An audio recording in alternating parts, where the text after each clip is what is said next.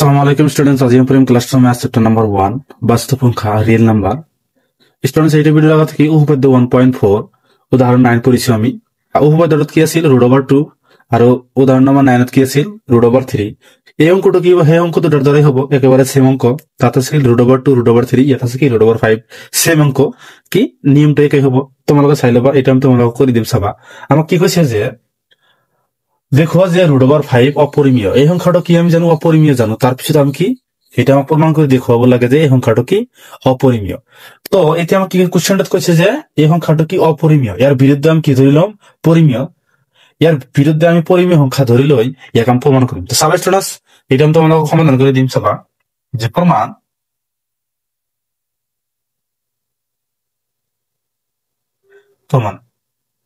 আমি কি লিখিম যে বিরুদ্ধে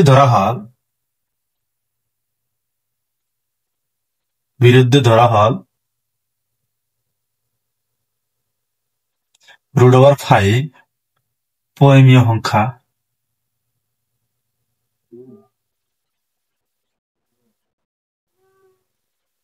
পরিমেয়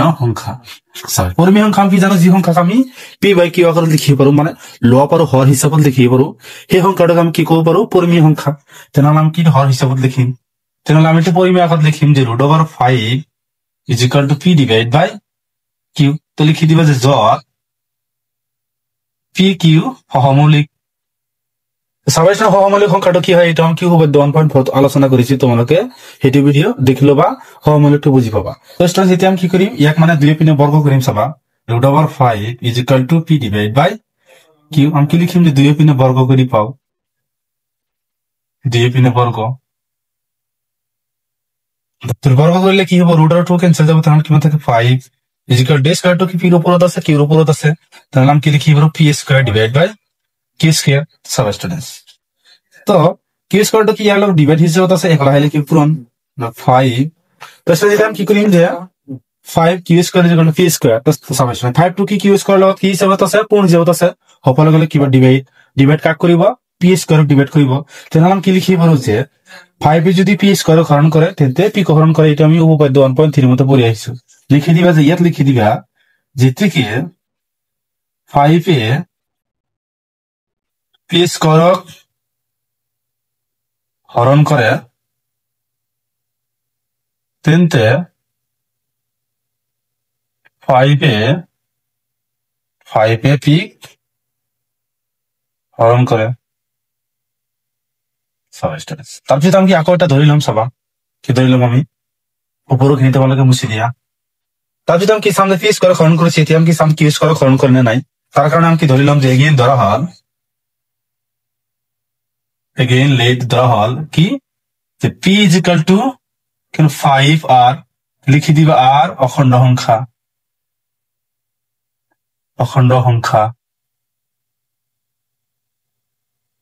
সাবস্ট্যান্স এটা আমি কি করি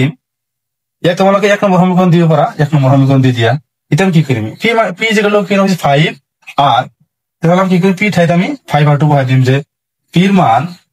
এক নম্বর সমীকরণ বহাই পাও কি আছিল 5 q স্কয়ার = 5 r স্কয়ার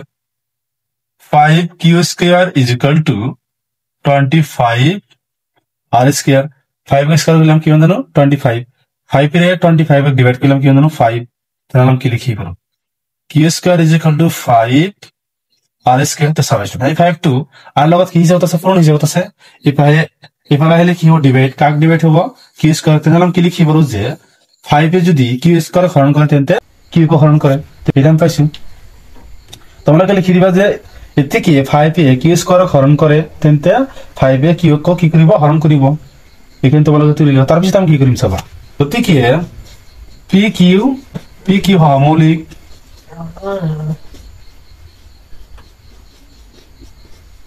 মৌলিক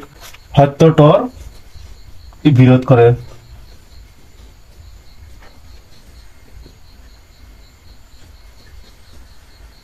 বিরোধ করে এই বিরোধের কারণ √5 পরিমেয় সংখ্যা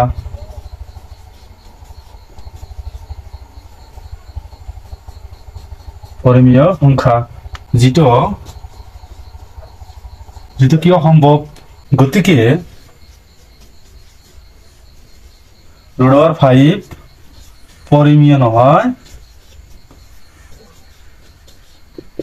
নহয় ই কি হ'ব অপৰিমেয়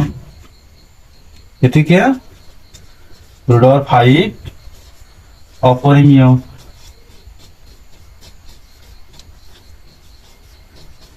√5 অপৰিমেয় ইয়ালে কি উত্তৰ হ'ব এতিয়া আমি তোমালোকক কি 2 নম্বৰ অংকটো সমাধান কৰি দিম চাবা স্টুডেন্টস এতিয়া আমি তোমালোকক 2 নম্বৰ কোশ্চেনটো সমাধান কৰি দিম একেবাৰে সহজ চাবা প্ৰমাণ কৰি দিম আমি তোমালোকক প্রমাণ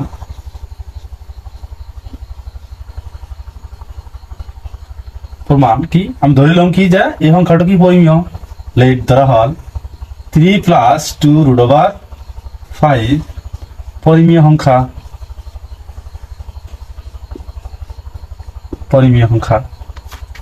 তো আমি কি করিম যে 3 + 2 √5 = p / q যত লিখি দিবা যে যত p কি সহমৌলিক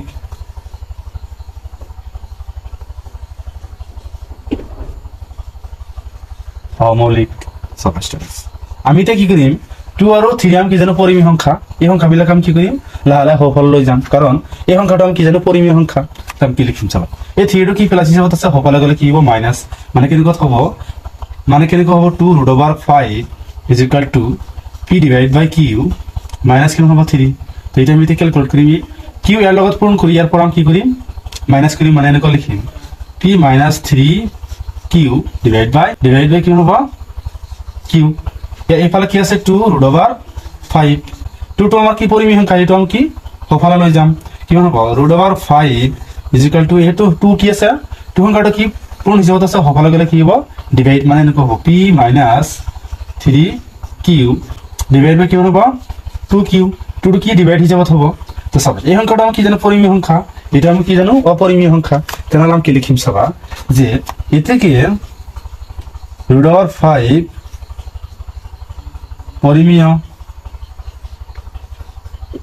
কি যেটা অসম্ভব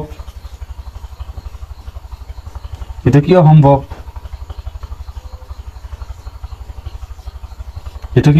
এই √5 টো কেতিয়াও পরিমেয় সংখ্যা হ'ব নোৱাৰে এটা কি হ'ব অসম্ভব তেনে আমি কি লিখি পাৰো যেতে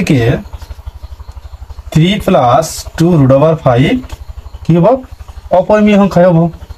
যেতে সংখ্যাটো আমি কি জানো অপরিমেয় তেনেহলে এই সংখ্যাটো কি হ'ব অপরিমেয়